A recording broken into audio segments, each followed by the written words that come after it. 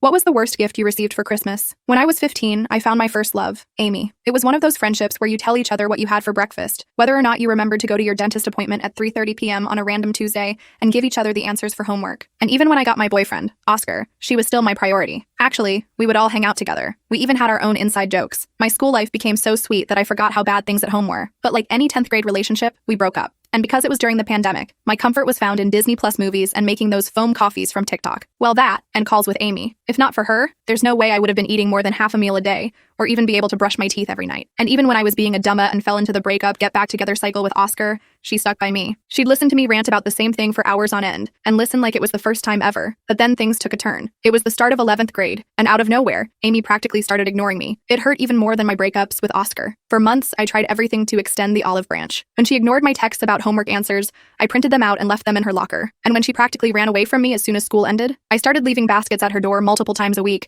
filled with her favorite instant noodles, fruit, and VP flavor. I always had this nagging feeling like something was very wrong, and I knew ignoring it would mean that I was neglecting my friend in her time of need. But by December, I had given up, because things had taken such a turn with Oscar that I couldn't focus on anything anymore. My grades went to poop. I could barely breathe because of how much I was simking, and I could barely sit in class without soaking my CVID mask with tears. And when Christmas break came, things got even more confusing. Because it was 2020, the year Christmas was ruined for me forever. Because as I unwrapped my gifts under the tree, enjoying the only day of the year where my parents didn't hit or yell at us, I got the call. It was Amy. I practically sprinted towards the bathroom to take it. "Are you sitting down?" I lied and said yes, just wanting her to get the information out as fast as possible. She followed up the information with a "sorry for your loss" before instantly hanging up the phone. I couldn't help but start shouting in pain. It felt like my heart was being penetrated with shards of glass. Suddenly, my instincts kicked in, and I grabbed the nearest towel and stuffed it in my mouth. But it was too late, because my parents had already heard me. And just like that, Christmas was ruined. Because Oscar had unalived by sewers lied. And because I failed to hide it from my parents, they came upstairs and started wailing on me for ruining Christmas Day. Turns out that one phone call was just the tip of the iceberg of many more revelations to come. And after I found out why Amy was acting so weird, all the pieces of the puzzle finally came together. But I can't fit it all into this short video. To watch the full video, click the link or go to my channel to watch it.